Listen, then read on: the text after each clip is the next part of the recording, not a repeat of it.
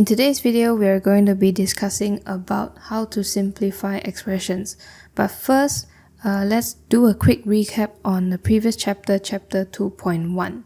If you remember what we learned in chapter 2.1 is that there were 6 rules that can help you keep your mathematical expressions simple and tidy. If you need a refresher on that topic, you can return to that video and have a look. So, however, now in chapter 2.3, we sort of want to take it one step further and learn a few more rules that can help you apply when you simplify mathematical expressions.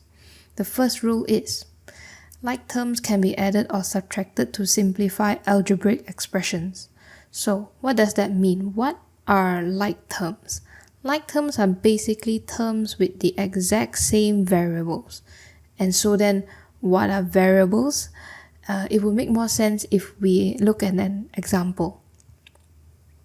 So remember in chapter 2.1, we learned that in an expression, let's say 2 plus 3a over b minus ab over c, terms are separated from each other by either a plus sign or a minus sign. So here, 2 is considered as one term, 3a over b is considered one term, and ab over c is also considered as one term. And a, b, and c, these unknown values are called variables, right? But they represent different unknown numbers since we use different characters to represent them. So, the first term has no variables, it's just the number 2. The variables on the second term is a and b. The variables on the third term is a, b, and c. One more thing you should know is something called a coefficient. That is the constant multiplier for any variable of any term. When a constant number does not multiply any variable, then we can just call it a constant. Okay, so now coming back to our discussion on like terms. If you are able to identify what are your terms and what are your variables, then you notice that all 3 terms here do not have the same exact variables, and so there are no like terms. In this case, this is already the most simplified manner that the expression can exist. So let's look at an example that do have like terms. Let's just say 4a plus 2a plus 3a.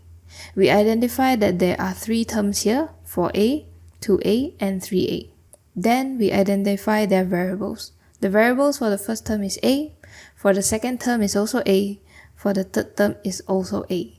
In this case, all 3 terms have the same exact variables and therefore we can call them like terms. So what now? Right, coming full circle, we go back to our rule to simplify expressions. Like terms can be added or subtracted to simplify algebraic expressions. So these 3 terms are like terms. Then we can add or subtract them together to simplify. And what you will get from that is 9a. After you simplify everything. You can think of this as though you have a basket of 4 apples and another one with 2 apples and another with 3. So since they are all apples, all we're going to do is just combine them into one basket of 9 apples. Okay, so to prove this concept to be true, let's just do a comparison where we substitute a value for a with and without simplifying the expression. For 4a plus 2a plus 3a, let's say we substitute a as 3. Then we find ourselves 4 times 3 plus 2 times 3 plus 3 times 3, which is 12 plus 6 plus 9 equals to 27. Then we substitute the same number for the simplified expression 9a. Replace a with 3, then we get 9 times 3, which is also 27. So, with and without simplifying, you can have a look, we find the same answer. But what you can notice is that our expression on the right here looks way more tidy and simpler, which is the whole point of simplifying expressions.